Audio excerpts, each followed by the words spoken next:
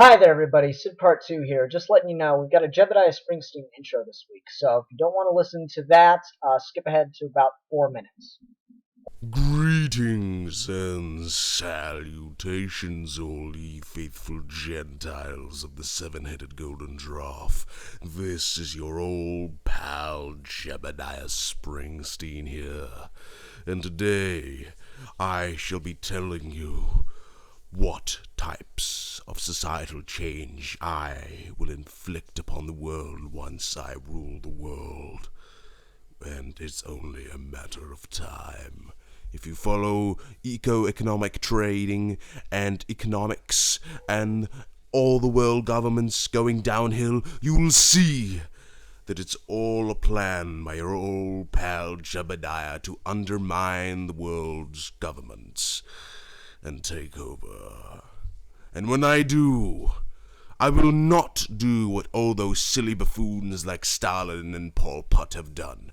Instead of killing all the intellectuals and artists, I will instead enslave the idiots of this world, not the lower class, because there are some genuine idiot savants in that class, but the idiots who would dare to appear on Jersey Shore, and basically the majority of New Jersey will be enslaved by me. And I will work them all to death in rebuilding this broken, twisted mask of a world. And when I do, I will raise this broken, twisted, idiotic world infected by mediocrity into the sky, thanks to the hands of idiots, to the broken backs and blistering hands of idiots. And my new society will be composed of philosopher kings and artists and technicians and intelligent individuals working together for a better world. All funding will be directed into the sciences and to the arts and into the infrastructure. Well, not really, because there will be slaves working on the infrastructure, so pouring in any money into that would be just a waste of time. But yes, I will take over the world, and when I do, it will be a better place. So all of you out there, it's so much more better. It's so much more practical to just bend to the knee and bow to your new ruler and dictator. And all of those out there who are hesitant to bow at the knee to your new god king, your knees will be removed by a jackhammer. But how I will take over this world will be a work of genius. For you see, I will use penguins, the most unassuming of creatures, but at the same time the most deadliest. I will attach missiles to their backs, painted in festive white and red, and I will send them out into the cities to destroy it and enslave the population. Right now, my scientists are working on the projectile system. That's the sound you're hearing in the background. But yes, penguins will be the key to my domination of this planet. Also kangaroos. My soldiers will ride upon giant, genetically engineered kangaroos with lances of electricity, and they will fight the soldiers of the world and the militias who dare to stand in the way of progress. All will fall at the greatness of Jebediah Springsteen. Hail, Jebediah!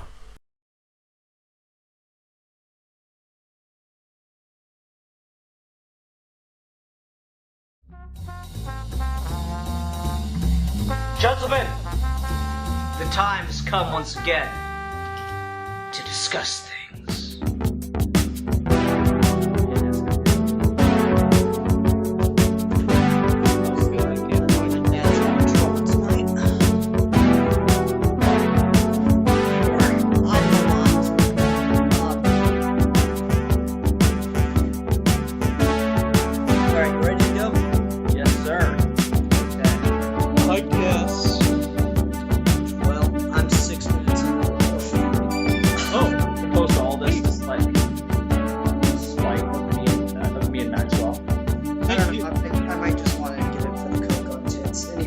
No, You know what? We should start the whole recording with hookers and below. And on that note, welcome to this episode of Geeky Gentlemen. I am Sid Part 2. Joining me today is Zazubar and Maxwell's Magic Review. Say hello, everybody. Hey. Hi guys, I'm here. And we three love hookers and below. Oh, we love hookers and blow. Hookers and blow is our entire reason for existence. Pretty much. You know? Gotta say, it's, you know, there's hookers, blow, finding true purpose and meaning, And Doctor Who. realizing self-worth, Doctor Who. And pipe tobacco. That is essentially what life is comprised of. Yep, I agree. Alright, so, guys, this week we're discussing what should be a very wacky and fun topic, but I hope to actually get to some kind of an interesting place with this. We'll see. That's not going to happen, Ian. No, Bill's probably just gonna be like, fuck that, I just want to keep talking about food, because I'm a fat ass. Oh! Whoa! I thought that I was the fattest person on this Whoa. call. And this is what I get. Yep. You do realize that you closed out last video by saying... No, Ian. No, now it's all coming out. You see, guys, everyone listening, Geeky Gentleman is not actually Geeky Gentleman. It is really a video cover, a podcast cover, if you will, for mine and Ian's interstate hooker, blow, and pirated Doctor Who porn ring. You heard it here first, folks. No, it's just Bill. I called Bill a fat ass because he closed out last week's video by saying, I want an entire continent of chocolate. Did I? Yes. I don't remember that. I must have been deranged at the time. Yeah, but anyway, so... No, we'll have a bit of fun with this, obviously, because this entire thing is actually based on a joke my dad and I used to throw around with each other. And it happened, I want to talk about this. It happened so innocently. Because we were having a conversation based on this really plot-holy action movie. And my dad goes, well, couldn't he just do this? Speaking about the villain's plan. I go, no, that wouldn't work because of this reason. And he's like, well, in my plan for world domination. And it's just always been one of my favorite quotes of my father's. As fathers and sons do. Yeah, you know. They have backup plans for world domination just in their attics. Yeah, and it just seems like, you know, I want to talk about a little bit about, you know, the how-to, but I also want to talk about the practicality and the ideas and the difficulties you'd face being the ruler of a world. Mm. You know, being the ruler of an entire planet. Because, I mean, you know, there's not been a president that by the time he got out of office didn't have gray hair. And, Jesus, could you imagine not only, you know, the one country's problem, but every frickin' issue on the entire planet? It's insane. Well, you gotta wonder, because we don't have any, you know, we don't have photographs of Julius Caesar, or not Julius, Alexander the Great, excuse me, I get them mixed up sometimes, or Genghis Khan, or, you know, well, we have pictures of Hitler, but still, he didn't really, he didn't have the vast empire that, you know, Genghis Khan and Alexander the Great had. And I think, you know, if you look back at history, there are two of those political figures that came the closest to, say, taking over the world, of course. The world, yeah. Of what we knew of the world at the time. So I think it'd be hilarious, because you see these, like, really over-dramatic, like, heroic, godlike, you know, portraits and renditions of them, almost, like, as non-human. And you gotta wonder, like, what did they actually look like since they've got to deal with these huge empires and the problems and the wars and just all this crap. It really has to weigh down on a guy. Yeah. Thank God Dr. Doom wears a mask. Exactly. No, it's just, there was that, and, you know, there's the whole joke with my father and the interesting parts of it. But then, I also thought of this. You know, I'm not a huge Superman fan, but Superman's kind of got, you know, a hit-and-miss rogues gallery, and I thought of a villain that would be really interesting for Superman. It'd be a guy who's kind of like, you know, that Lobo-level power, right? So he can match Superman punch for punch, what have you, but he just travels the universe looking for a good fight, and like, he gets there and he just starts fighting Superman, and I just had this idea of Superman having a conversation with this guy being like, what do you want, to rule the world? And just the guy going, what are you, crazy? Do you know how complicated that shit would be? I'm a fighter, not a thinker. Well, that's interesting that you bring that up with Superman, because think back to Superman 2. I mean, all Zod wanted was to control Krypton, and then once he got to Earth and found out, you know, when you get closer to a planet with only one sun, as the movie says, you gain these incredible abilities if you're Kryptonian.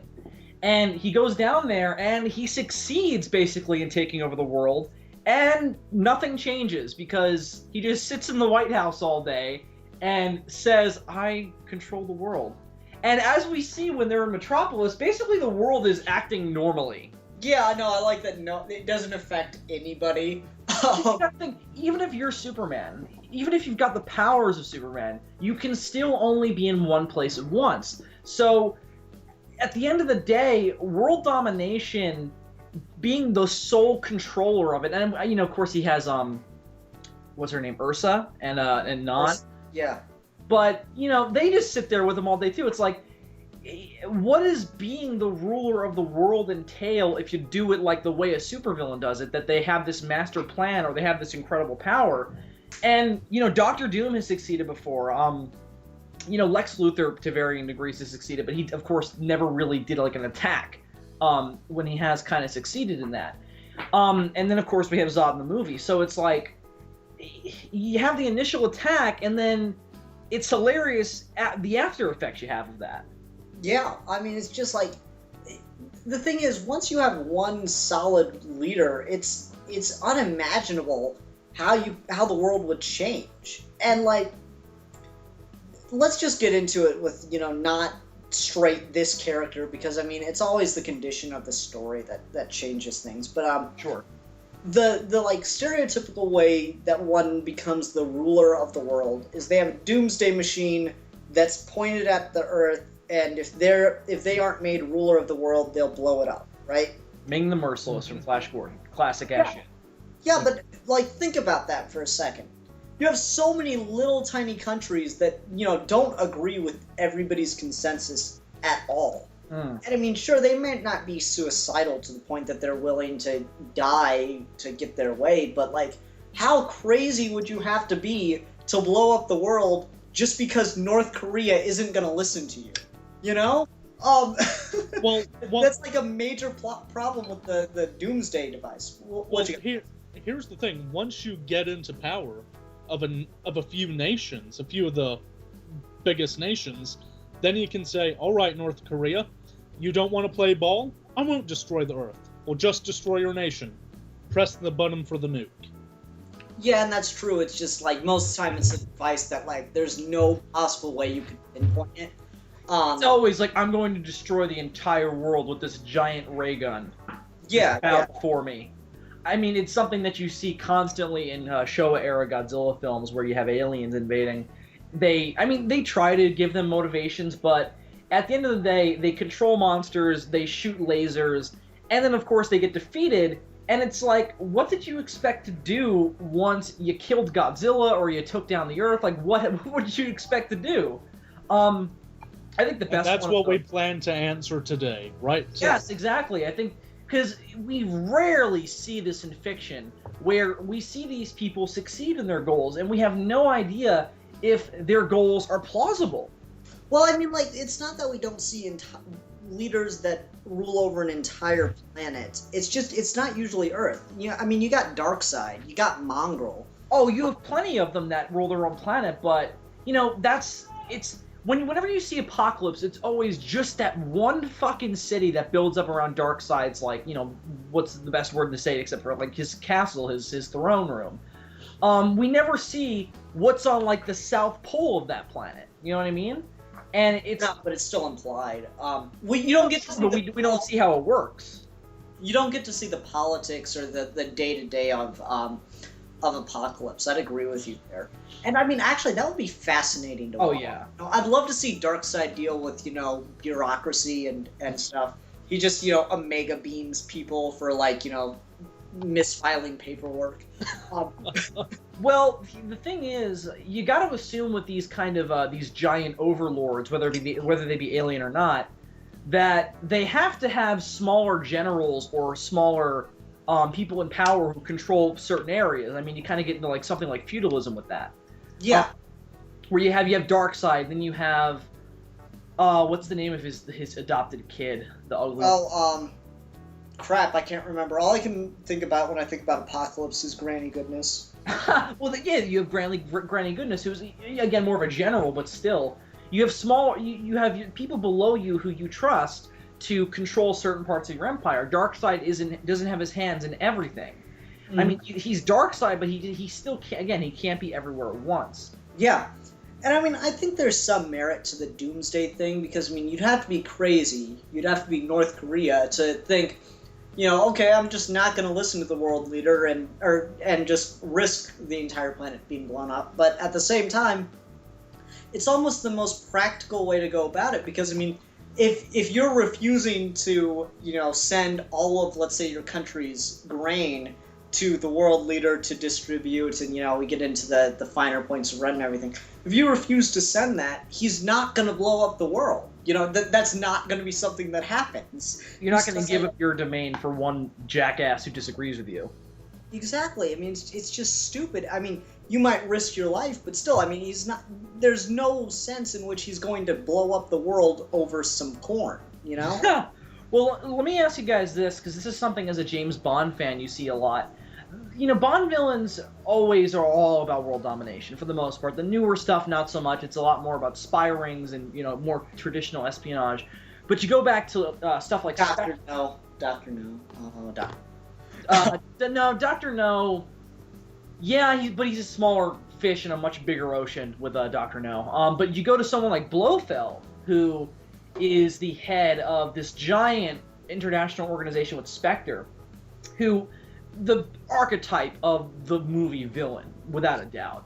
And, his motivations are never really touched on about why he wants to rule the world, but I do like the way he wants to go about it because, and this is what I'm going to ask you guys, how do you guys feel about it when there is a doomsday machine, but it's not going to wipe out the Earth forever? The idea is, I'm going to destroy the Earth and then rebuild it in my own image. Because Blofeld's game was always, I'm going to play the United States and the USSR against each other, have them destroy each other, so the two biggest superpowers are out of the game, and then Spectre is going to rise up and conquer the whole world.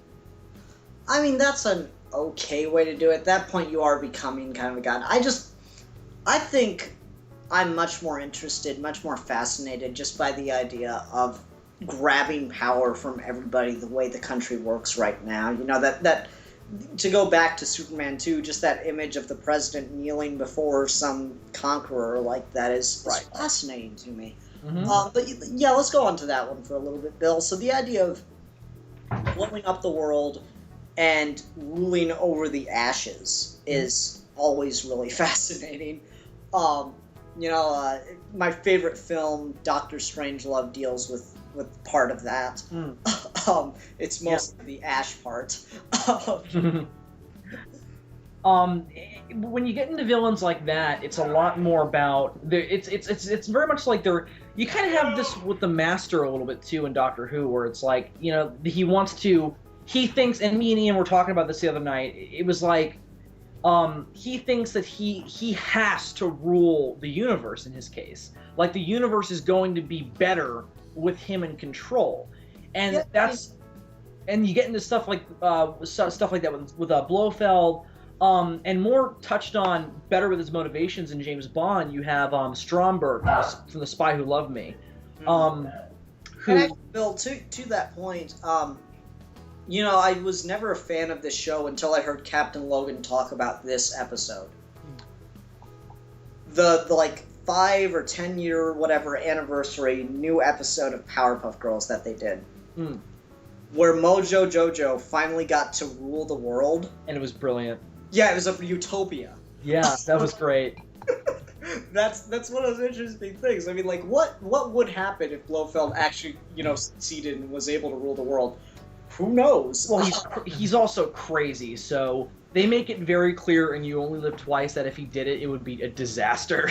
Well, no, I'm just picking that one because it was the example you're using. But fine, let's go with Lex Luthor. Lex Luthor's made Metropolis into the greatest city in that universe. Right. That's why it's actually called Metropolis, is because of him. And like when he was president of the United States, he saved the country from a depression.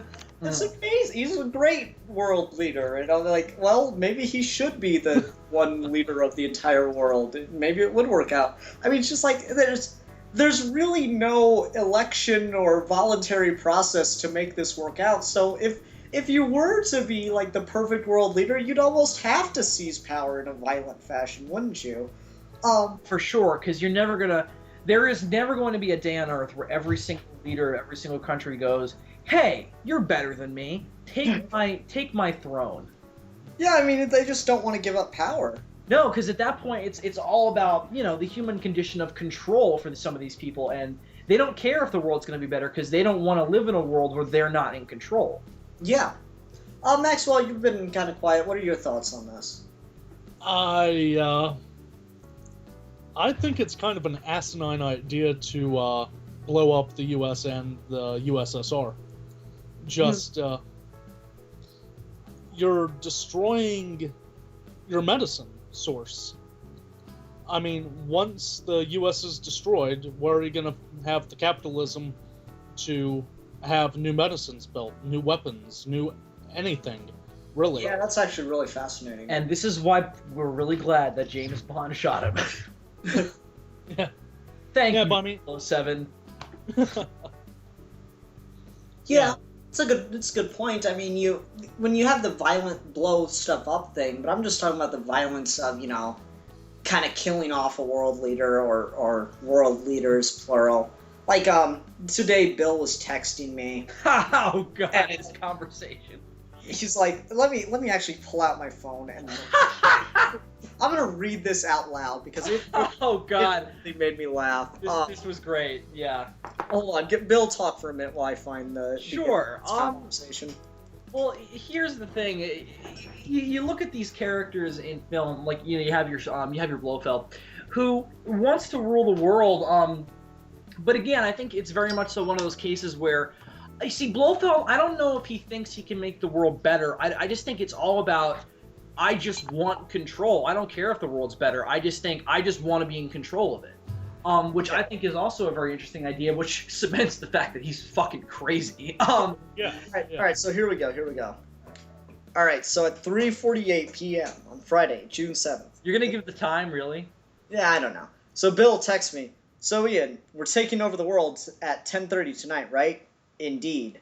KK, I'll bring the asexual minions and the freeze rays. You got the tanks, right? Yep. Pimp, see you at the UN. Oh, and a death ray. It's pretty sweet. Why you gotta one-up me, Ian? I bring freeze rays, that's not good enough for you? No, it's not, Bill. What kind of world dominators will we be without death rays? We would be ice world dominators. Schwarzenegger forever. Boo. Only way to rule is with an iron fist and the threat of death. And an Austrian accent. Yeah. What if we just got everyone so stoned they would just bow down to us? Now that's fucking world domination. How would we possibly grow enough weed? We don't have... It grows like normal grass in Bhutan. So we'd have plenty. Either that or we just rob it from Kevin Smith. Yeah, but once everyone in the world is stoned, excluding you. Oh no, I'd be stoned when too. the weed. That party. Well, what happens when the weed is gone? Or Doesn't matter. let's assume that they keep producing it. Well, no. Are stoners really going to take your orders when you're the only stoned square there? Well, here's the thing. When you have power, and I must say, I didn't think this out at all, so I'm totally jumping on my leg. I'm totally on my last legs here. So when you have power as the stoned ruler of Earth, your grasp on the world is falling apart, Phil. Hang on, shut up. Hang on. Let me say this. So you as the stoned ruler of Earth, you have, through the time that everyone else is stoned, you control the Earth. So you don't need them to be stoned, because assuming that you use the time they were stoned to, create precautions that they can't take control away from you once they're sober again. Fair enough. I just totally made that up. Yeah, it's not terrible. I mean, it's kind of that idea of that actually does get to a serious place. the idea of taking over the populace temporarily, if nothing else. We've talked about the apocalypse in other episodes, and I mean the most famous one is the zombie apocalypse. If you just temporarily cut the world population, the world's population ability to cognitively think and reason just for a while, it doesn't have to be long term, then you have an immediate chance to take over the world because you can, make yourself the person in charge of all the nuclear weapons and all the world's supply of, I don't know, food. But then it comes back to the whole, once they become sober and they start to challenge a rule, would you destroy the world at that point because you have all the nukes? Yeah, that's a good question. I think that all of this, it's usually. Let me go with an example here. Vandal Savage was in an episode of Justice League where he had a meteorite railgun, and what it did was he was able to target asteroids to different locations on the planet wherever he specified, right? Mm-hmm.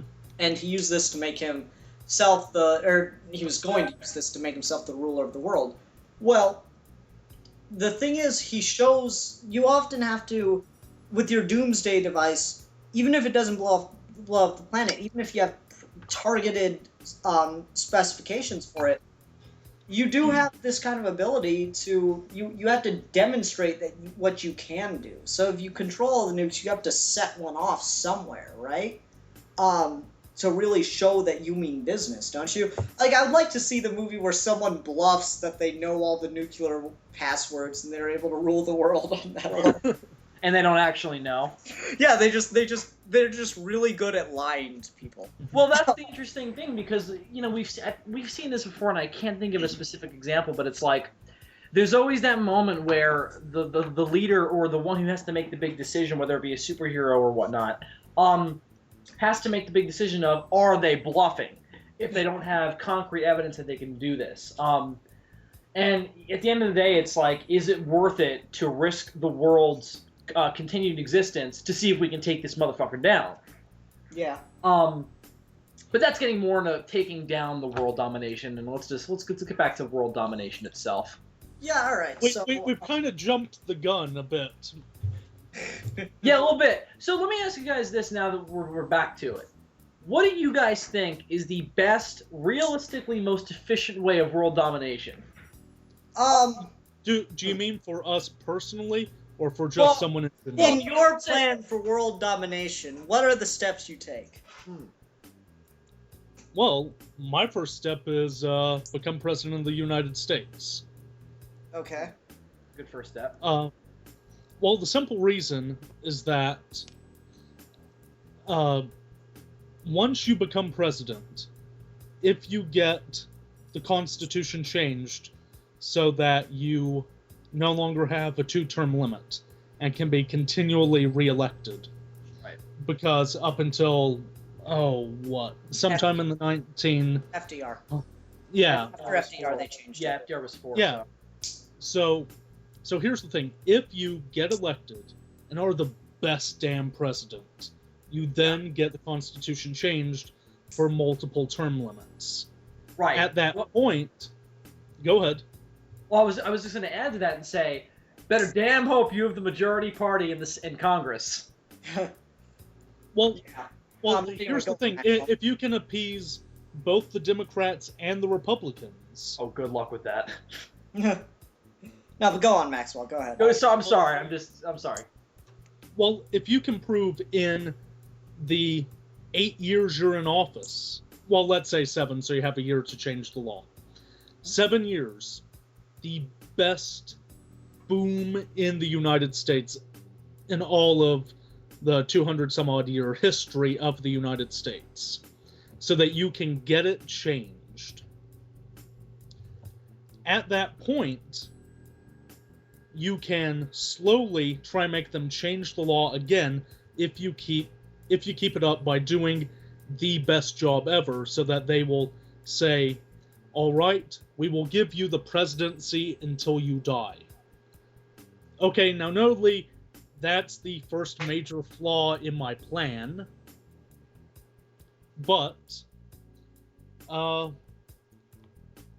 You guys still there? Yes. You, Ian? Yeah, I'm sorry. Okay. Muted I'm actually trying to think of mine, so I'm sorry. No, can I comment on yours real quick, or is there more to it?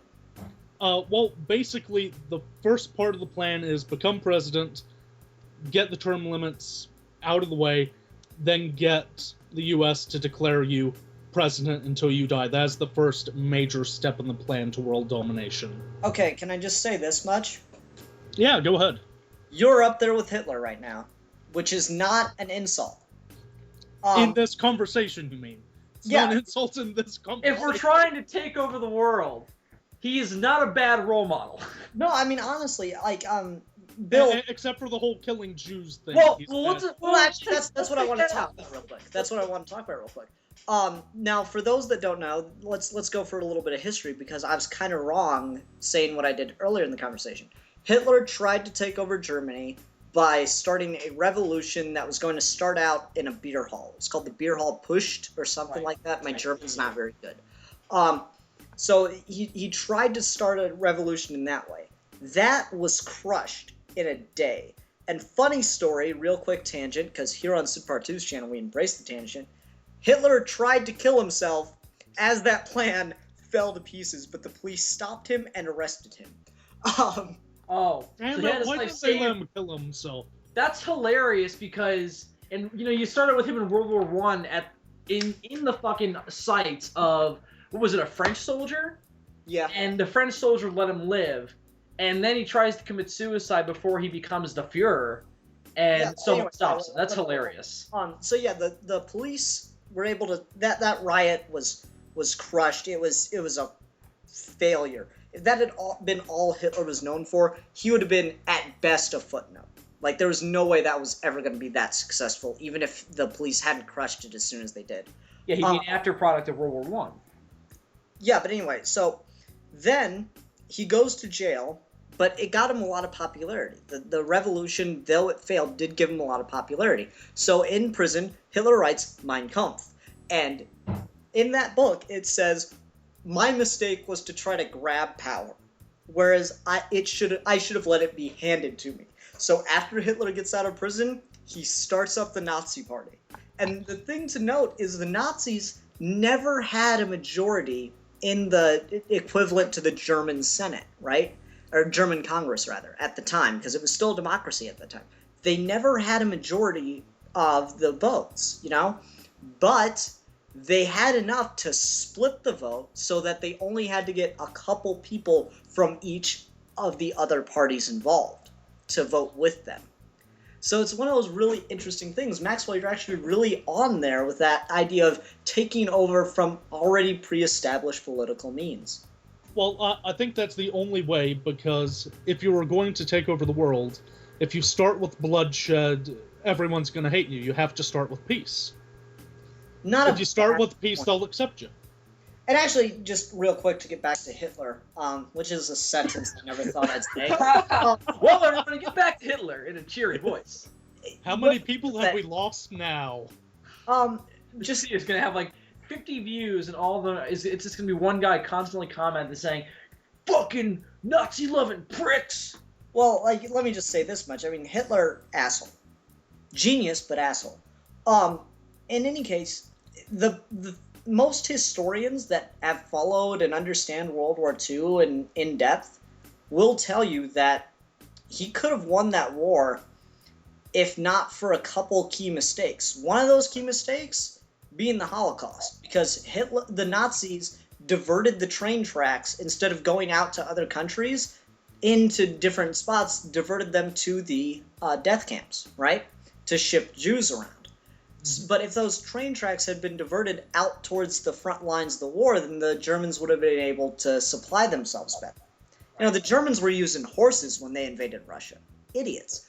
And the other thing that's really interesting is if Hitler had not accidentally switched to civilian target bombing over London, he would have been able to take over. Because what happened was they were bombing London, and a German bomber went off course on a foggy night and accidentally bombed a civilian target as opposed to a military target.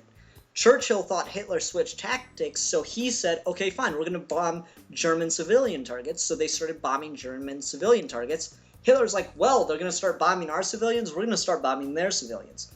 But up until that point, if Hitler had kept on only bombing military targets in London, or in England, I'm sorry, he would have won the war in a matter of months, as far as the European theater was concerned.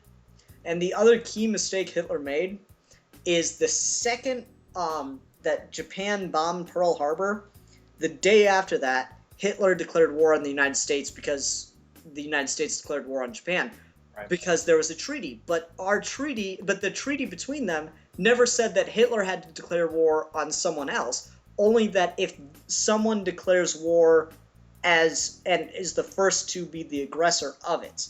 So if Japan hadn't attacked Pearl Harbor, then, or if Japan, I'm sorry, I'm kind of losing myself here. If Japan hadn't been the one to attack Pearl Harbor, but the U.S. had declared war on Japan first, which was almost going to happen anyway, Hitler wouldn't have had to declare war on the U.S. It's one of those fascinating things. He made just enough key missteps that his own crazy bullshit and, ego is what prevented him from winning that war. I'm a big World War II buff, so that's, sorry, I like talking about that. He's flexing his muscles, people. This is Ian stroking himself on camera. Pretty much. But anyway, Maxwell, so yeah, you're what I was saying though is you're really on, grabbing power. I mean, it's the dramatic way, but it's not always the way that it's probably the way that wouldn't work best, conceivably. So having it handed to you. What's both of your first steps into claiming world domination? Bill, you go first. Because I want yours. I'm a terrible politician, so. Well, no, Bill, I want yours. I'm going with the bloodshed. I want yours to involve a giant radioactive lizard. Well, here's the thing. I said realistic when I laid this out, so I'm gonna attempt to go for realism here.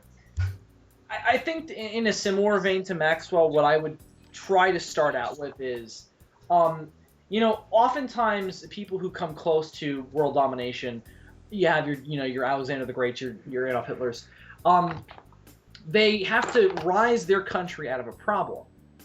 With Hitler, it was the just total decimation of Germany after World War I. Their economy was shit. Their country had no power. They had nothing.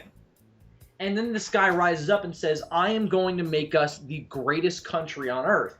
And, people want that. So I think that one of my first steps would be to either create a problem or exploit the fuck out of a problem that was occurring.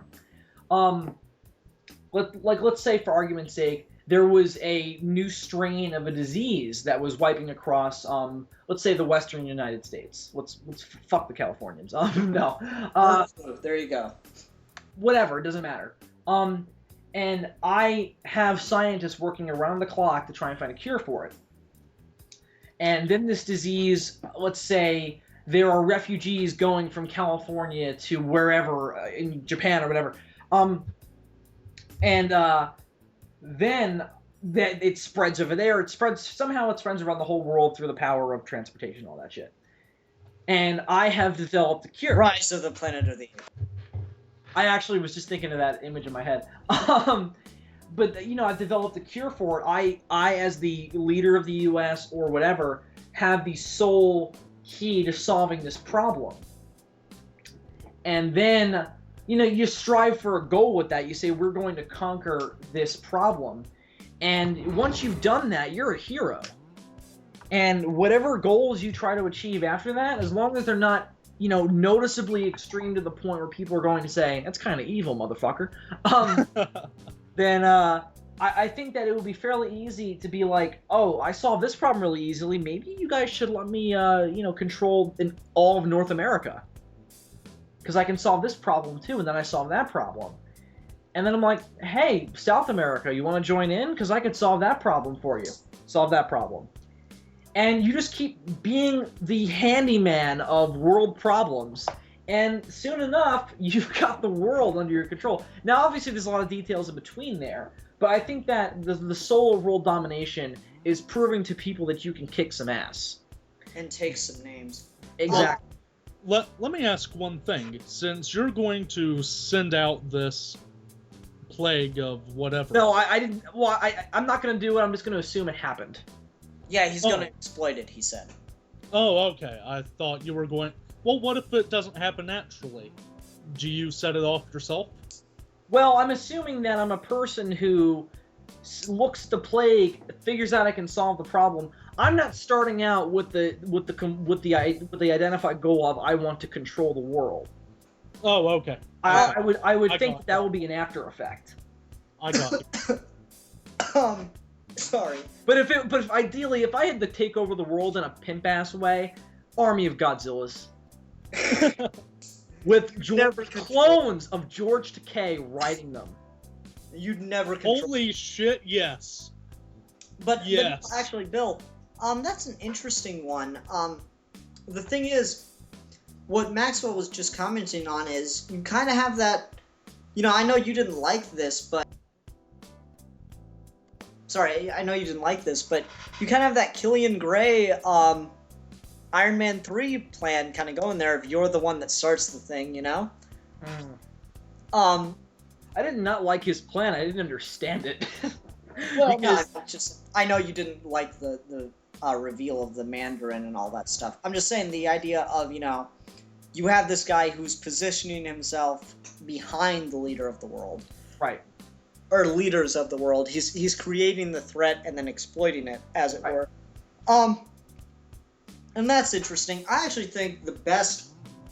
I would steal a Plan of World Domination from one of my favorite movies. Maxwell and I are going to be doing a review of the first movie in this series, so I don't feel too bad spoiling the third.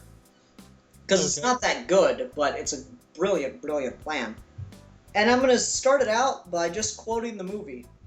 From the eternal sea he rises, creating armies on either shore, pitting man against his brother, till man exists no more. The Omen 3, the guy's plan to take over the world is actually kind of brilliant. He starts out trying to... He's already got a lot of political influence, but he's not a politician. He's essentially the owner of this company that's found a way to grow food really easily, like in deserts and such. Mm-hmm. And that's just fascinating. Like, he's essentially creating... Alright, you have to kind of understand a little bit about world issues. Famine is one of the biggest issues on the planet. Right now, the ideal is for every single person to be able to eat like an American. Right. But in order to do that, you would need enough grain to cover the entire surface of the moon. So it can't happen. Mm-hmm. But what he did is he made it so that grain could be, or food could easily be grown in the deserts and in very, very poor countries that have no resources like this. And so he got the third world on his side, and the idea, he didn't get to this in the movie because he was stopped, but the idea was to rise up as a world leader from the third world, having all the countries who are experiencing famine behind him for popular support, have countries with strong militaries behind him for the same reason, and then take over from that way. And I think that'd be the way to do it. Control the food, control the water, and the world's yours. And you don't necessarily have to ransom it off. You can control it benevolently. I can't talk. Someone please say... Benevolent? Yeah, I can't say it either. Wait, you trying to say benevolent? Yes. Benevolently. There we go. You're trying to say the opposite of malevolent, right? Yeah, whatever. Benevolent. Yeah, but with the ly on it. Benevolently. Thank you.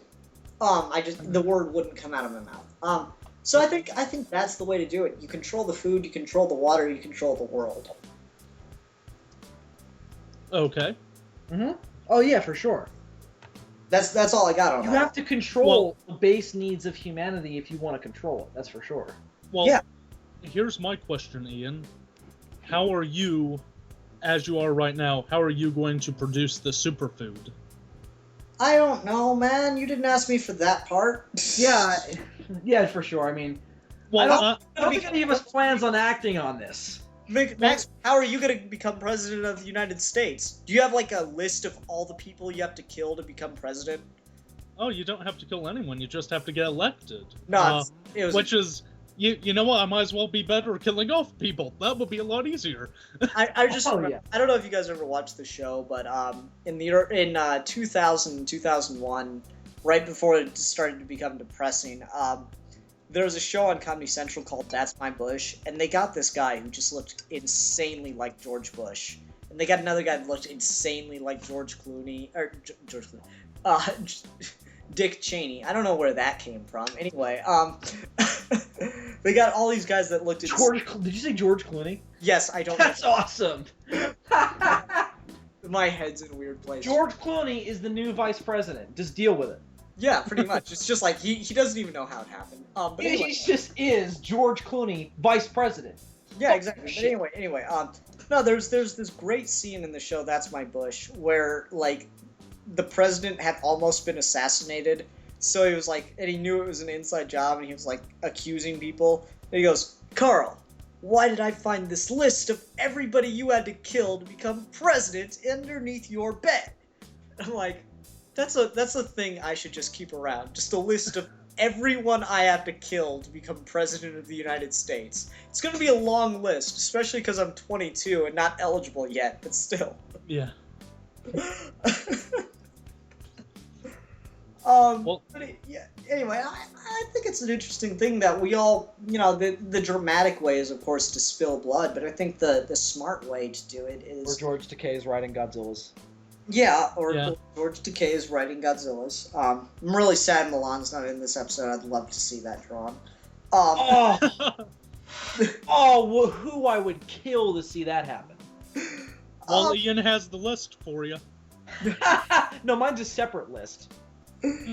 And Michael Bay is definitely on it. Sweet. I didn't realize that Michael Bay was in the running for president. No, I said it's a separate list. It's a different list. Okay, I anyway. really hope Michael Bay is not in the running for president. Okay, let's just quick tangent because this is hilarious. Who is the worst possible person you could imagine being president of the United States? Myself. Because I'm going to take over the world. Yeah, Maxwell's pretty bad. No. Well, honestly, I mean, I would be a terrible president because I don't like to be around people, so I can't lead them for fuck. Like, I would just sit in the Oval Office all day and listen to Kevin Smith podcasts. So, in a weird, indirect way, Kevin Smith would be ruling the country. No, for me, I was thinking about this. The worst possible person I could imagine to rule the world is Gary Busey. Why? Mechanical dog Gary Busey. I don't know. I was just thinking about that. Human villain Gary Busey? What? I don't know. I think that would be hilarious. Why him specifically? I don't know. Just because he's Gary Busey and he's insane. Is that your only reasoning? Fine. I'm gonna say this: Michael Biehn would be a terrible president. No, Bill. Think about it. I want to see a movie now. If I ever get to major Hollywood director level and I just have actual famous people in my movies, I would love to have a movie where the supervillain, or where the president of the United States is legit played by Gary Busey. Just because. That'd be. Would it be President Gary Busey or President make up fake name here? Oh, it'd be President Gary Busey. And I just have him doing inane shit. Wait a minute, there was a movie. Sorry, I just want to say this quick. Oh fuck! It was the Simpsons movie where they had President Schwarzenegger. Yeah, that was funny. I was like, there's a movie where they actually had a celebrity as the president. I couldn't think of who it was, and then I was like, oh fuck! It was fucking Simpsons.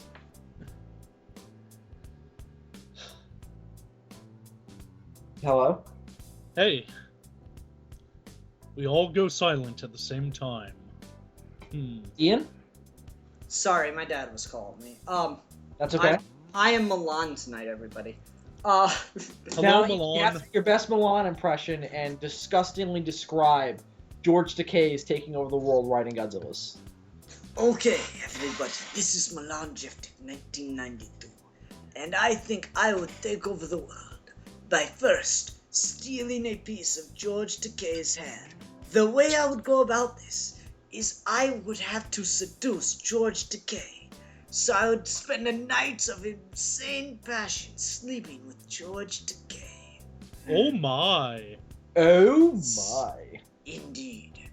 Then, in the middle of the night, I would cut off a lock of his hair. Or, maybe just shave his head. So you're gonna simultaneously play a prank on him while also cloning him for world domination, nonetheless. It is not so much a prank as a sexual fetish. Oh, so you're gonna fuck his hair once you've cut it off. Yes, thereby mixing my DNA and his DNA. Then I will take a nuclear missile and send it into the sun, thus producing millions of George Takeis. Nuclear George Takeis. Okay, now, the hard part. I will swim to the bottom of the ocean, followed by my army of George Takei clones, produced from the sun, and I will confront Godzilla. To get Godzilla upon my side, I shall suck his radioactive lizard penis. This will be quite a gargantuan effort, but I shall unhinge my jaw and wrap my lips around it. Ian, I must say it's devolving into Whoopi Goldberg from Captain Planet. Then, after Godzilla comes in my mouth, I will do my best not to swallow it, letting it gestate in my mouth for months and months, and then I will eventually vomit up a Godzilla egg. I will repeat this process for several years, blowing Godzilla and hatching Godzilla eggs.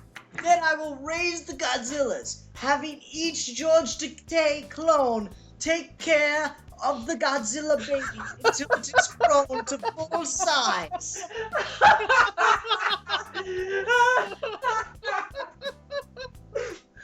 And when they are all of mature age, since Godzillas grow relatively quickly, this should only take about 5 years. This is Milan Jeftik More like a 1992. week. No, this is Milan Jeftik 1992's plan, 5-year plan to take over the world. Since this should only take about 5 years for each Godzilla clone, or Godzilla baby, the George Takeis will then ride across the countryside on the backs of Godzilla babies.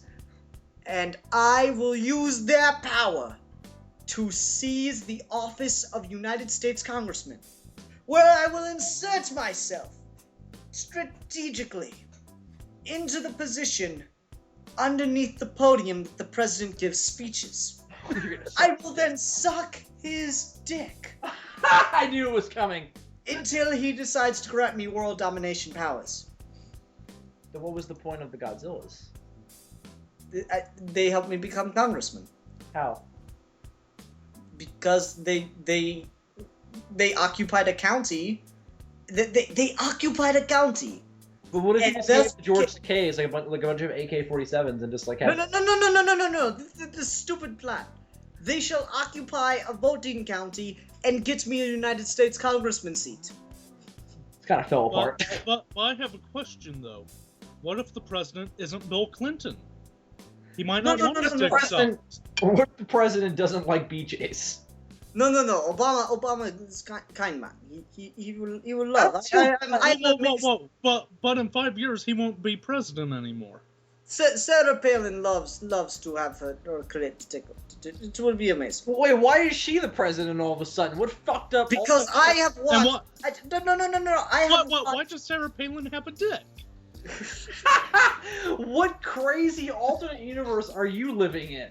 The one where apparently you can, like, I love that these are the parts you're questioning, and not the the. whole fucking thing, but this is the part that bugs me.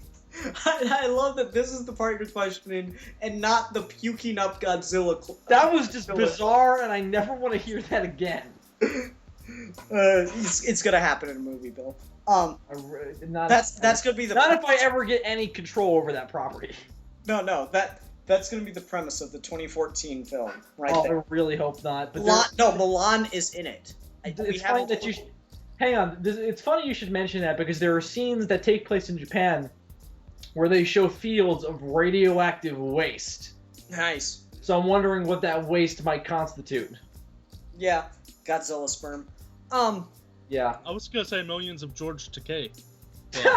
No, it's millions of George Takei caked in Godzilla jizz.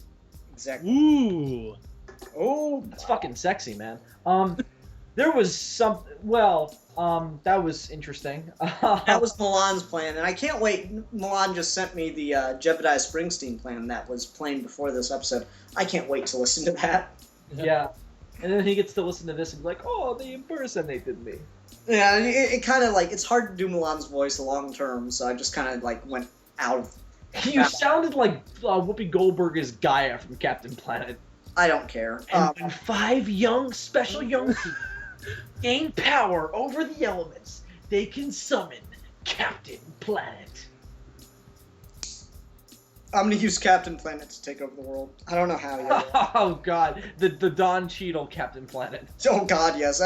It's everyone in the trees by firing it out of his crotch. Tree. That was so cool. He got so dark so quick. Yeah, it was really funny. But let's get back to the serious parts. Okay, so what To plan part 2 of the plan of world domination? Yes. So what do you find would be the major problem? Because this is the one thing we've kind of touched on but haven't really gotten into. What do you think would be the biggest problem in holding power? Because history has shown us that it never works.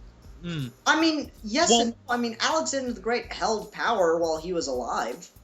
It just, once he died... That's exactly the problem. Once these people are not immortal. There's a quote in Indiana Jones 3, I know I'm quoting this now for historical significance, but there's a scene where, what's his name, Donovan, he doesn't care about the Nazi party, even though everyone in the movie constantly calls him a Nazi traitor.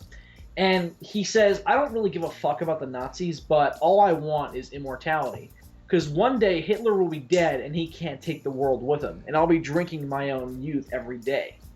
And I find that to be a really interesting quote. And there's some really interesting underlying themes in that film. And the idea of, like, yeah, he's got a point. It's like, he'll be sitting pretty, not with world domination, but he'll be the only one on Earth who will, like, live through 200 years of history. And Hitler will have his reign and then die, and theoretically, you know, the Nazi party won't last after that because he's the one who got them this power. But of course, then we're getting into the problem with eternal life, where at that point, what happens if you fall into a chasm? Well, I don't give a and a boulder rolls on you and you can't get out. Well, I don't You're give a stuck for fuck millions of years trying to dig your way out of a chasm with broken legs, and you live That wasn't forever. my point, though. Well, I mean, actually, that's one thing that's interesting. I think Vandal Savage and Ra's al Ghul are two of the most interesting characters in the DC universe. Maxwell, do you know who Vandal Savage is? No, but I do know who Ra's al Ghul is. Yeah, Ra's al Ghul's immortal, and he uses the Lazarus Pits. But Vandal Savage was a caveman, and he became immortal, and it's lived, you know, through the ages until, He slept next to a meteor. Yeah, well, who cares about the explanation for why? I like that they don't try to explain how the meteor worked. It just did. I love that part about it. Well, yeah. No, but I mean, I love it when he tells the story in Justice League. It really works well. Once again, I said this in a previous video. I'm going to say it once again. I want to see a crossover where all it is just a one shot. I just want to see Vandal Savage and Ra's al Ghul have a drink and just talk. That'd be cool. No, what? It wouldn't it be cool if they just had like a fucking war with each other? No, I want to just have them have a conversation, Bill. Simple. Why can't they have a war? Because they have so much in common. But that's exactly the problem. No, Bill, shut up. Let me get through this. Anyway, so Vandal Savage has made the claim that he's the one that deserves to rule the world since it's his. He's been here the longest. He has the legitimate claim to it. So, I mean, as an immortal, I guess, yeah, you kind of do have a claim to the world. But let's get back to just problems with ruling. I mean, holding power within your own lifetime, though. Because, yeah, I mean, you're right. Once you die, it's kind of hard to stay leader of the world. But yeah. But, I mean, unless you set up a genetic monarchy or whatever, but still, Even then, it rarely works because their children or their descendants don't have the same kind of power they do. Yeah, I agree, You look at the Nazi Party; they didn't have anything before Hitler came along. What's going to happen to them when he dies? Yeah, I agree. But let's get into just problems that you would face as leader of the world that don't involve mortality. Mm-hmm. Well, for me, the biggest problem is getting permanent presidency until I get killed off. Well, or not die of old necessarily age. for your plan. Not necessarily for just. Once you have world domination, what are the issues that you face that under a democracy or any other form of government you would face? Like with different, like the one that pops out to me. We talked about it earlier. How the fuck do you, one person, control the entire Earth? Mm-hmm. You can't be everywhere at once. Exactly. You can't to get a little bit back into Superman 2. You can't rule Australia while you're sitting in the White House. But you see, that's the thing. We have to discuss why we want to rule the world. Because everybody wants Because to the rule plan. Because everybody wants to rule the world. Everybody wants to rule the world. Anyway, Well, my reason for wanting to rule the world in this is to get free tobacco and to be able to smoke anywhere in the world. Oh, that's genius, dude. That's the greatest reason for world domination ever. I have no other reason to rule the world except I rule the world, I can smoke wherever I damn well please, and give me your pipe tobacco and cigars. Boom. Not to criticize your plans for world domination, but to totally criticize your plans for world domination, it just seems like you have really small ambitions. Yeah, because once you have all that tobacco, are you just going to sit in the White House or wherever your throne room is and just smoke your life away? Yes. Okay, good. Now, what I would do, my motivations is I just want my entire throne room to be the statue from Godzilla vs. Gigan, where it's the life-size model of Godzilla that has laser eyes. I just want that's the only reason. I don't give a fuck about like solving the world's problems or having power. I just want the power to do that, and then I can just rot away in that thing.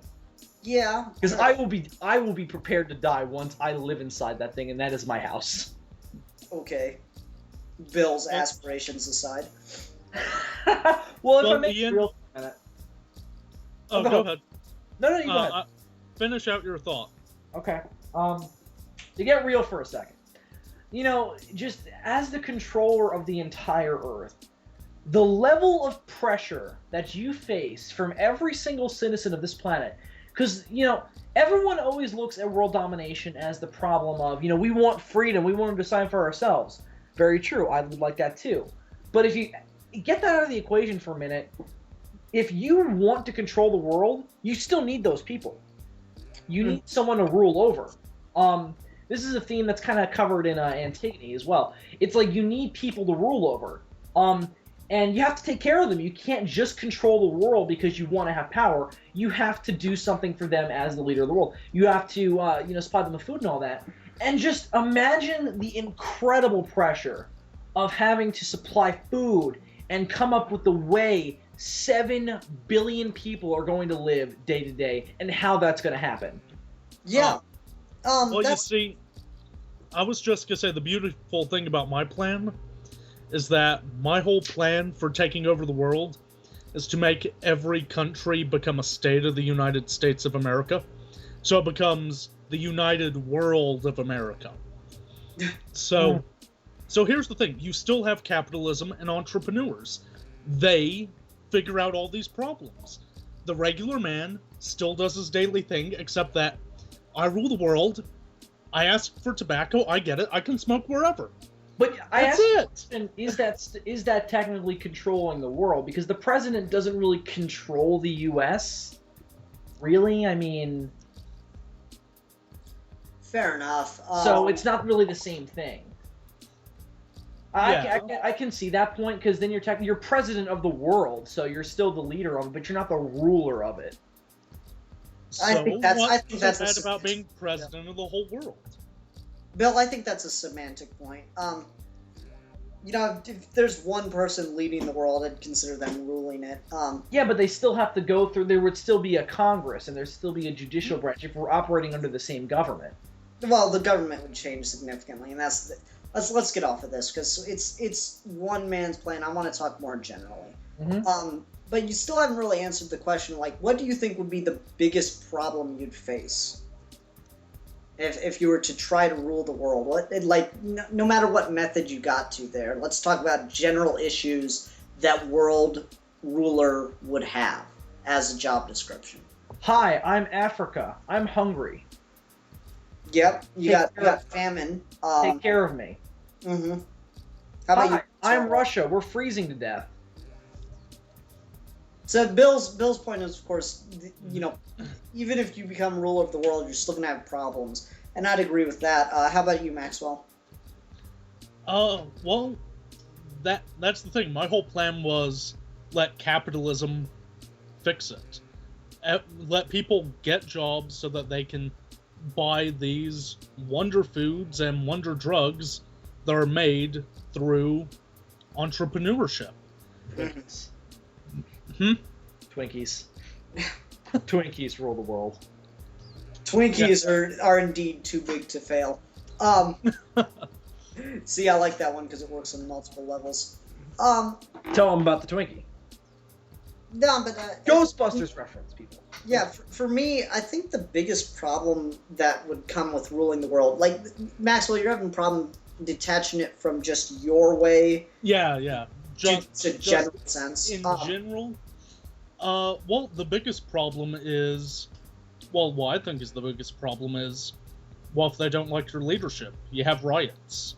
Yeah, how are you going to put down the rioters? Rebellion, uprising seems like a big issue as well, and I think that's actually kind of connected to Bill's. For me, I think it's just there's too much for one man to do, so you have to go back to having underlings, and then for me, I think the biggest threat is going to be betrayal. Oh yeah, without a doubt. And that's the one we haven't really covered. Is just assuming you're not this alien god that cannot possibly be murdered by earthly means, how do you deal with, okay, do I know if this guy that I've put in charge of Australia is not going to stab me in the back at our next meeting? I mean, you look at one of my favorite of the DC animated films, Crisis on Two Earths, and Owlman was they essentially ruled the world, the injustice, whatever they were called. They essentially ruled the world, though not, publicly. And Owlman was ready to blow up the entire fucking universe, just right behind all their backs. How do you deal with these other people that you put in charge of, dealing with the shit you just can't focus on? Everyone's got this idyllic kind of version, or this plutonic image of ruling the world and just spending the rest of your life, in a pool with some hookers and some blow. Just to get Great back way to to tie it all up.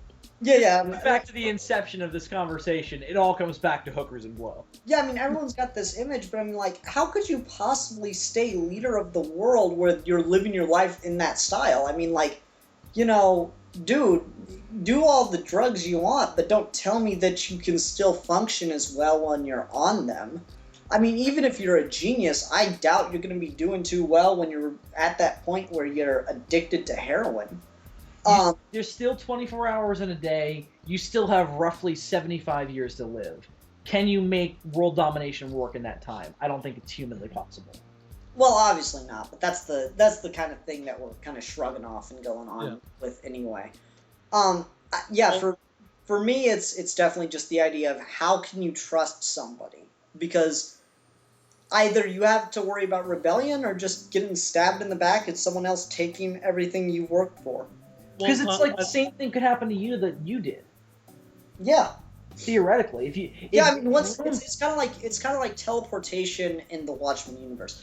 Once Dr. Manhattan established that it could be done, suddenly everyone was working on doing it. So once you establish that one person can rule the world, assuming you're doing it well enough, that the world's problems are more or less fixed and that you're not worrying about uprisings because the people are more or less happy, well, shit, fuck, damn. How do I deal with these assassination attempts from my quote unquote trusted people?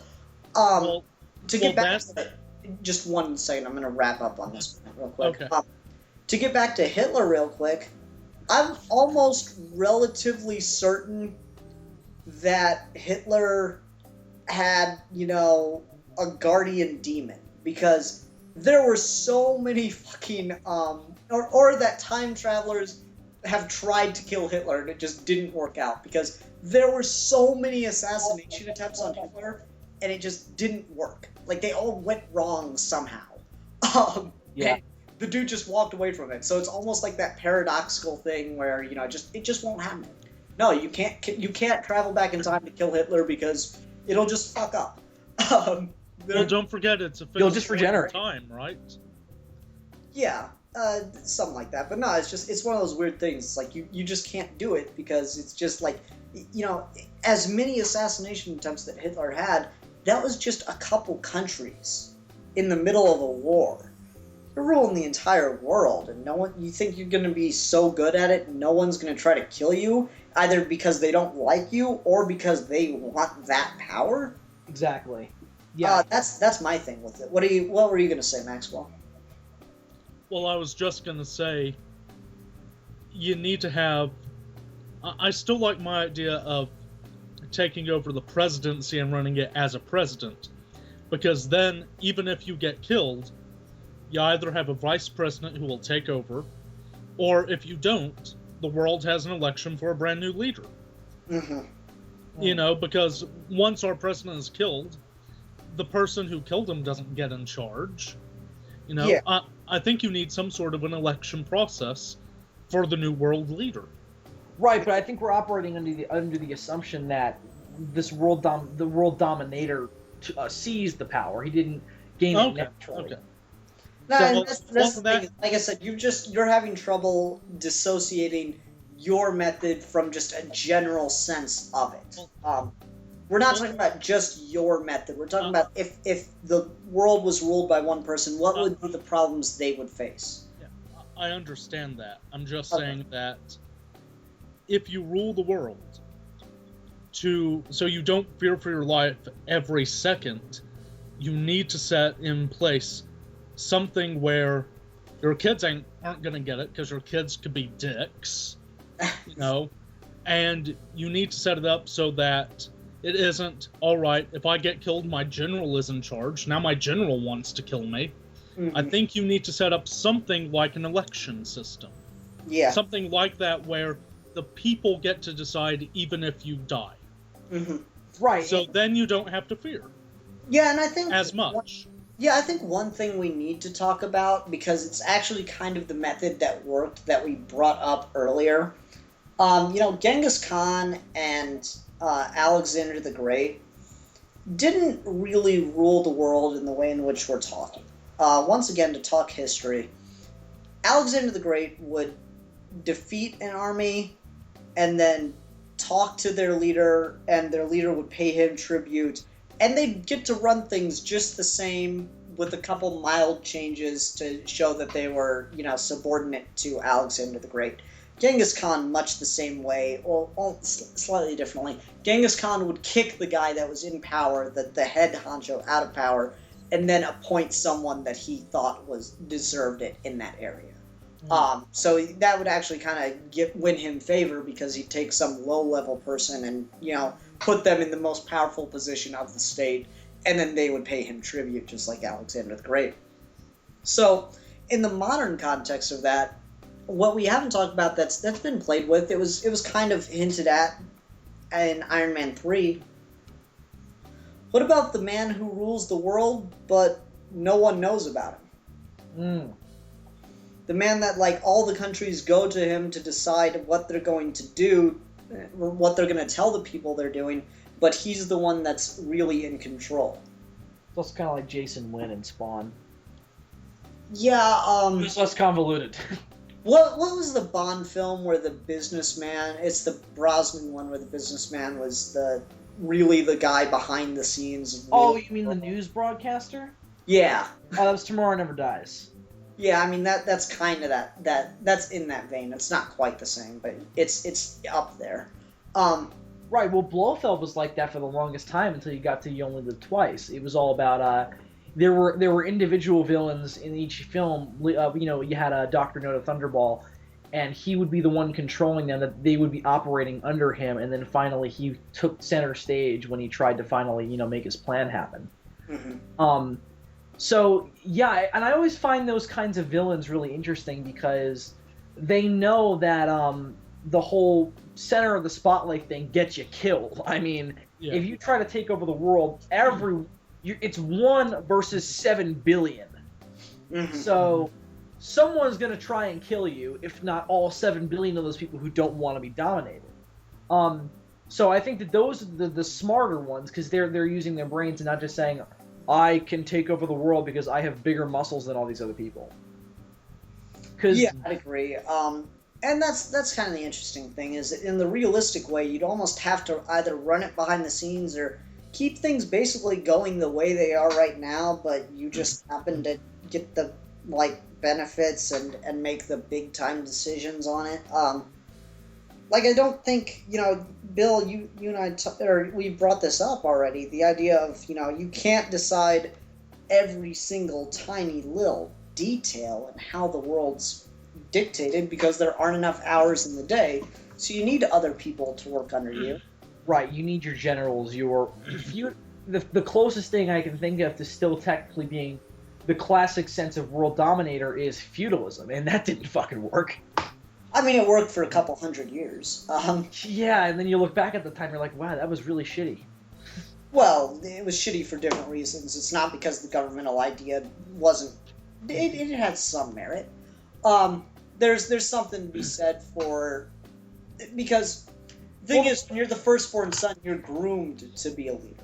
Right, well, the problem with feudalism was that if you're the king of a feudalistic nation, every single town and little city has its own ruler who they technically have more power than you.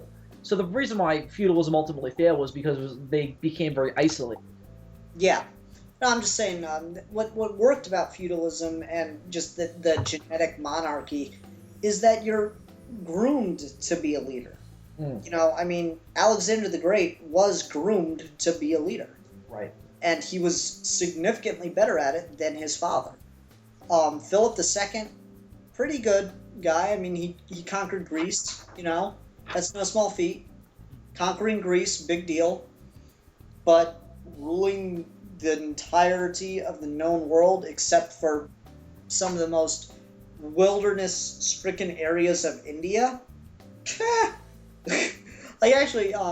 Just to say, Alexander the Great got to the point where he'd lost 1 or 2 battles in India, and they erected a shrine at the point at which he decided to turn around and go home. And he wasn't planning to go home forever. He was planning to regather his armies and go march back out.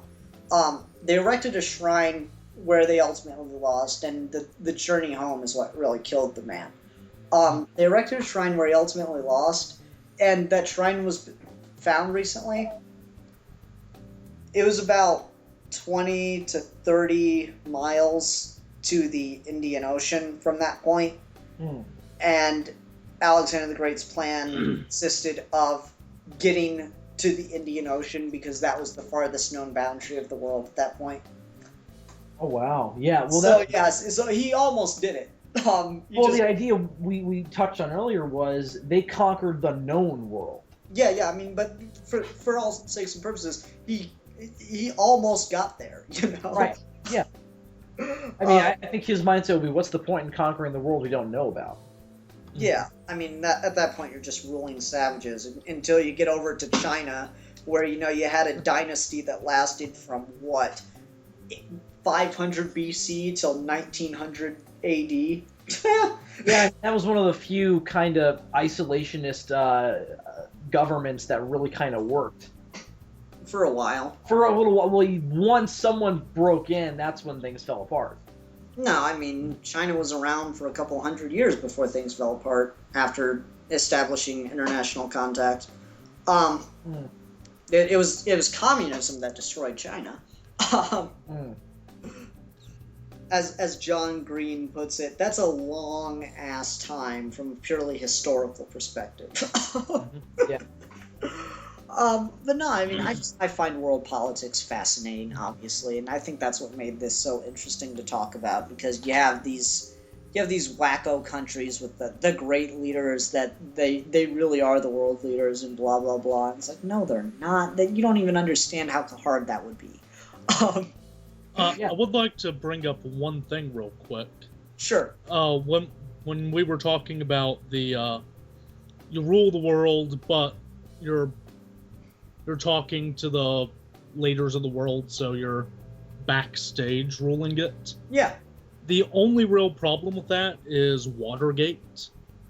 How could you be kept a secret when they couldn't even keep Watergate a secret? You know? Yeah. Point. Very good. So basically what we're saying, regardless of how you get in control of the world, you're pretty screwed at that point. It's not fucking plausible at all. Yeah, who would want to rule the world? Because even if you do, you got so many problems, it would just be a pain in the ass. No, there's no point at which you're going to be able to sit down and have 2 minutes to yourself, you know? Yeah. I mean, some people have a problem getting a grip of their own life. Imagine trying to get a grip of 7 billion lives. Yeah, I mean, this is a fascinating discussion. I really like talking about this because it's just, I mean, anytime I see someone trying to take over the world in fiction, you know, that's why, and this is a good place to wrap up this last little discussion point. Mm-hmm. When taking over the world in fiction is almost always really lazy writing. They just need something that's clearly evil just to have your villain have a motivation, right? Right. And of course, there are exceptions where the world domination is made a part of their psyche, and you're exploring what's wrong with their psyche that causes them to feel a need for this. Yeah, but I mean, that's when it's interesting to me. But I do agree with you. It always comes off like, this guy's automatically the villain. Kill him. Yeah, I mean, it's always a really weak. It's often a really weak motivation just because you got a bad writer and you just need a contrivance to make the story work. So that's why it's so lazy, because when you start thinking about it, the idea of taking over, first of all, is always crazy. But just the idea of once you get there, you know, once you're a dog chasing cars, what do you do with one once you catch it? I wouldn't know what to do with one if I caught it. Love that scene. Yeah, it's a really good point. I mean, what does the Joker do once he, you know, everyone leaves Gotham after midnight, and now he's the ruler. What does he do then? He loses. You know, it's one of those weird things. Well, at that point, you have all of the tobacconists you can visit, and you can smoke anywhere in the city. Okay, there you go, Maxwell. There's your Maxwell has clearly defined his priorities as the new ruler of the earth. Well, yeah, I will give you. You see, that's the thing. You need to have a small goal that sounds stupid to everybody else. So I get my Godzilla Monument Tower house. Yeah, I mean, at that point, you're happy, you're content. You could let anyone take over the world at that point. Okay, wait. You have your giant Godzilla house. Exactly. I have the freedom to smoke anywhere in the world. I'm happy. I'm just saying, wouldn't it just be easier to limit your scope instead of ruling the world to just making it so it's okay to smoke anywhere? Or Bill, wouldn't it just be easier? With my shit, so. Bill, wouldn't it just be like significantly cheaper and less time consuming to just build this statue like in your backyard? Well, no, because I don't want people fucking with my shit. If I rule the world, they're not gonna fuck with my shit. I think they're definitely gonna fuck with your shit if you rule. Well, you see, that there's also the problem of when are you ever going to bring up a topic on Geeky Gentlemen of what is a really small problem you want to have complete control over. Also, that's never going to come up. This entire video was just an excuse for you to say, I want to be able to smoke anywhere. Yes, and the excuse for Bill to say, I want a giant Godzilla house, right? Yeah, but I say that every episode. Yeah, pretty much. I don't need an excuse. I'll just randomly be like, hey, Ian, guess what I want? A giant Godzilla house. Now, let me get back to what I was saying about Ratchet and Clank. It's filled with hookers and blow. No, but yeah, this was a fun topic. I think we kind of ran around on this. I mean, there are things we didn't touch on, but it's it's such a big topic that it's Just fun. like world domination itself, there's too much of it. Yeah, exactly. But everyone, thanks for listening. This was fun. I hope you got a couple laughs out of it, and that it gave you some stuff to think about. And I hope my history lessons were enlightening and fun to hear. Even though I kind of lost my train of thought a little bit on one of them.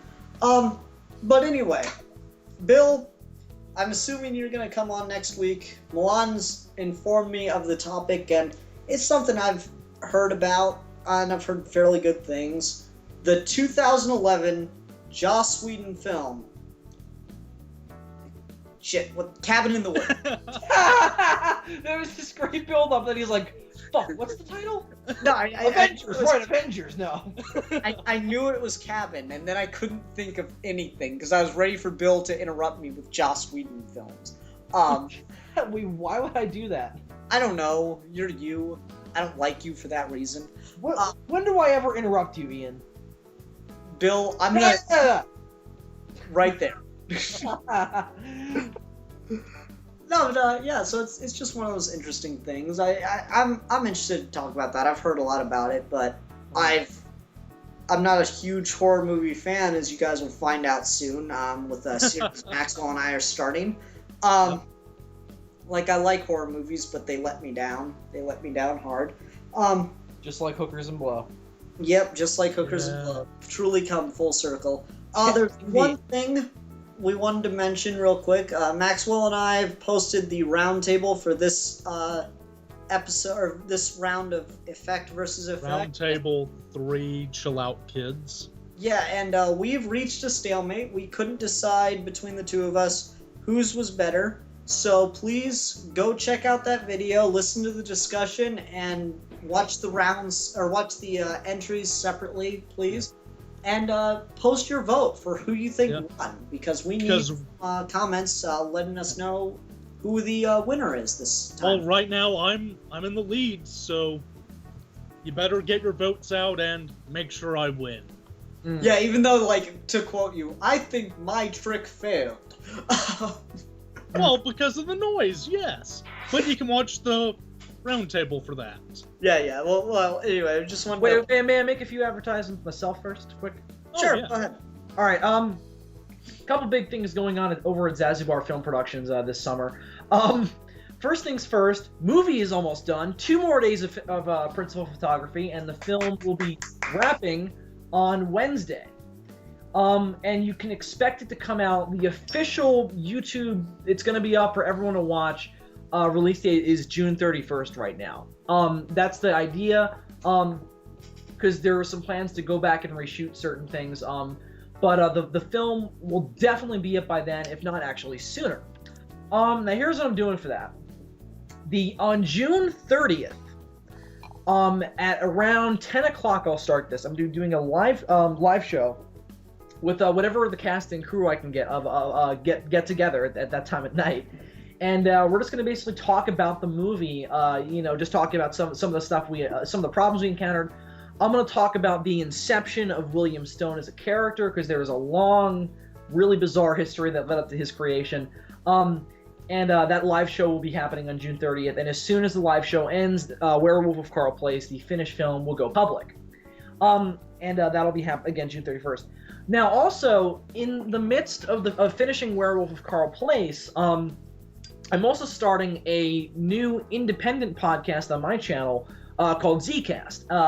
And the whole idea of that show came from me and my friends have insane conversations, and they need to be heard. So you think that? Well, here's the thing. Me and Nicola, the idea started with me and Nicola because we have batshit conversations. And we came up with the idea of recording them. So that's basically what Zcast is, though Nicola's not going to be on every week. It's always going to be me, but always with a guest, though she's going to be probably the main person who's on with me. And she's going to be doing the first 2 episodes with me. And just for some really big advertising, but I'm not going to spoil who it is, I have a very big guest amongst our group of friends, or our group of people on the YouTube on the YouTube community, coming on for one of the first episodes, which you'll see very, very soon on my channel. So look forward to that, and we've also got the Godzilla gang coming back this summer, and I'm not gonna spoil anything about that. So that's all my advertisements for my stuff.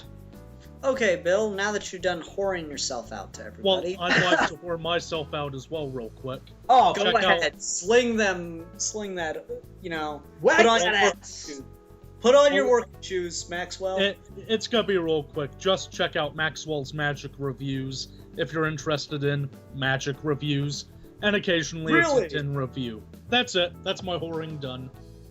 Now I'm just gonna go back and snort this coke off of the hooker's ass. You're so obsessed with that shit today. Anyway, so Ian. Yeah, everybody, thank you for listening. We'll catch you next time. And until then, I'm the Philosopher, I'm the Fanatic. and we are your geeky gentlemen, and we will be discussing things. And I was just some guy.